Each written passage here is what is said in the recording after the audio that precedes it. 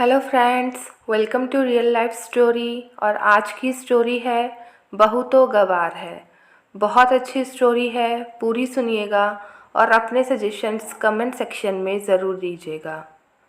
घर की छोटी बहू साक्षी सुबह से ही घर के कामों में ज़ोर शोर से हाथ बटाने में लगी हुई थी। घर की साफ सफाई काम वाली बाई के साथ खुद अपनी निगरानी में करवाई। घर में मेहमानों के बैठने और आराम करने का पूरा इंतज़ाम किया और फिर जल्दी से तैयार होकर रसोई में जाकर अपनी जेठानी पूनम के संग काम में जुट गई। आज साक्षी की जेठानी के बेटे का मुंडन संस्कार का शुभ मुहूर्त सुबह के 9 बजे का था। इस शुभ अवसर पर केवल कुछ करीबी रिश्तेदार और ख़ास दोस्तों को ही आमंत्रित किया गया था। पूजा की सामग्री के बारे में पूनम ने साक्षी को पहले ही ठीक से समझा दिया था कि किस प्रकार पंडित जी के आदेश अनुसार उनके मंगवाने पर उनको हर एक चीज़ उपलब्ध करवानी है, क्योंकि पूनम जब हवन के समय पूजा के लिए बैठ जाएगी तब साक्षी को अकेले ही कुछ देर के लिए सब कुछ संभालना होगा। सारे कार्यक्रमों की जिम्मेदारी दोनों बेटों और बहुओं के सर पर ही थी। सासू माँ रमा जी भी जानती थी कि मेरी दोनों बहुएं पूनम और साक्षी सभी काम में निपुण हैं और सभी कार्य अच्छे से दोनों मिलकर संभाल लेंगी। इसलिए रमा जी भी पूरी तरह निश्चित थी। उनको टोकने की भी आदत नहीं थी, इसलिए रमा जी बाहर मेहमानों के स्वागत में लगी हुई थी। साक्षी ने आज अपने ऑफिस से छुट्टी ले रखी थी और वह सभी काम अच्छे से निपटाने में लगी हुई थी, लेकिन कहीं ना कहीं उसके मन में थोड़ा सा डर था, जिसका सबसे बड़ा कारण उसकी सासू माँ की जेठानी यानी उसकी ताई सास। साक्षी को अपनी सास से ज़्यादा अपनी ताई सास से डर लगता था।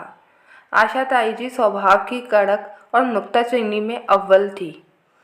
ताई जी अक्सर किसी दिन त्यौहार या उत्सव पर ही इनके घर आया करती थी, लेकिन जब भी आती हर बात कुछ न कुछ सुनाकर ही घर के बाहर पैर रखती थी। साक्षी शादी के 1 साल के अंदर में 4 या 5 बार ही ताई जी से मिली थी, लेकिन साक्षी के बारे में उन्होंने ये प्रमाण बना रखा था कि साक्षी एकदम आलसी है और हर काम में ढीली है। पूनम को भी अक्सर उसके पहनावे को लेकर सीधे सीधे शब्दों में कटाक्ष कर जाती थी। इस कारण साक्षी अपनी क्षमता से कहीं ज़्यादा तेज़ी से काम कर रही थी। आज मन में सिर्फ उसके यही हलचल मच रही थी, कहीं ताई जी को ये कहने का मौका नहीं मिल जाए कि तुम्हारी बहू तो एकदम आलसी है, इसका कोई भी काम दे दो ठीक से नहीं करती। थोड़ी देर में सभी मेहमानों का आना शुरू हो गया और देखते ही देखते ताई जी भी उपस्थित हो गई। दोनों बहुओं ने सभी मेहमानों का स्वागत पूरे दिल से किया। ताई जी ने अपनी आदत से मजबूर अपने कटाक्ष के बाण चलाने में ज़्यादा समय नहीं लिया और वो पूनम को कहने लगी, ये क्या पहन रखा है? बड़ी बहू, कम से कम आज के दिन तो कुछ अच्छे ढंग का पहन लेती। गवारों वाली आदत छोड़ी नहीं है तुमने अभी तक।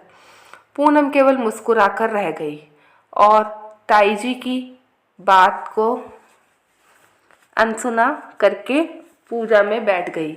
दूर से साक्षी भी ये सब देख रही थी। थोड़ी देर बाद साक्षी को कुछ सहमी हुई देखकर ताई जी बोली, क्या हुआ छोटी बहू, आज थोड़ा सा काम क्या करना पड़ा? तुम्हारे तो चेहरे के रंग ही उड़ गए।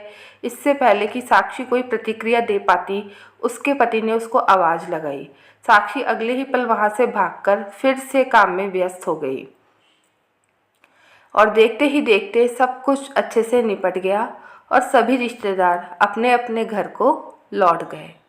रात को जब पूनम कमरे में अपने बेटे को सुला रही थी, तभी साक्षी अपनी जेठानी के कमरे में आ गई और दरवाजे पर दस्तक देकर बोली, भाभी क्या मैं अंदर आ सकती हूँ? अरे साक्षी आ जाओ, पूछ क्या रही हो? और साक्षी पास आकर पूनम भाभी का हाथ पकड़कर कहने लगी, भाभी आपसे एक बात पूछना चाहती थी। तब पूनम ने कहा, हाँ पूछो। भाभी, ताई जी हर बार आपके पहनावे को लेकर तो कभी आपके बोलने के तरीके को लेकर अक्सर बातों ही बातों में कितना कुछ सुना देती है, लेकिन आप कभी भी उन्हें पलटकर जवाब नहीं देती हो। आपके हाव भाव भी एकदम सामान्य ही रहते हैं।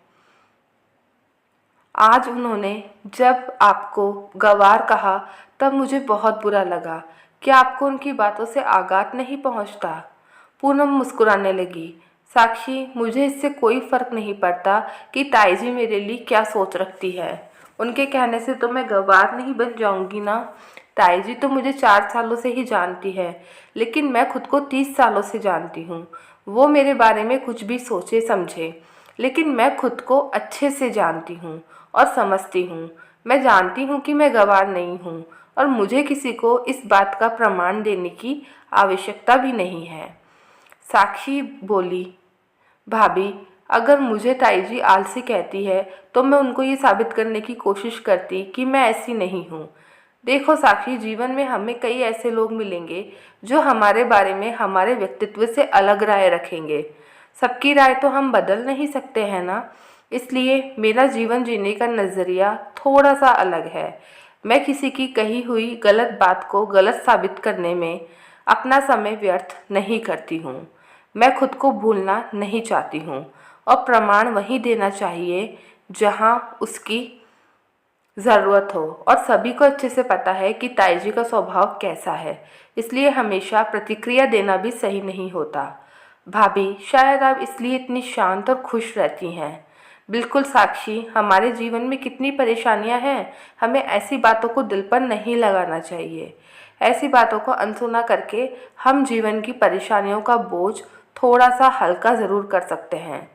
साक्षी कुछ देर पूनम के साथ बिताकर मुस्कुराते हुए अपने कमरे में चली गई। आज उसने जीवन की परेशानियों को कम करने का पाठ सीख लिया था।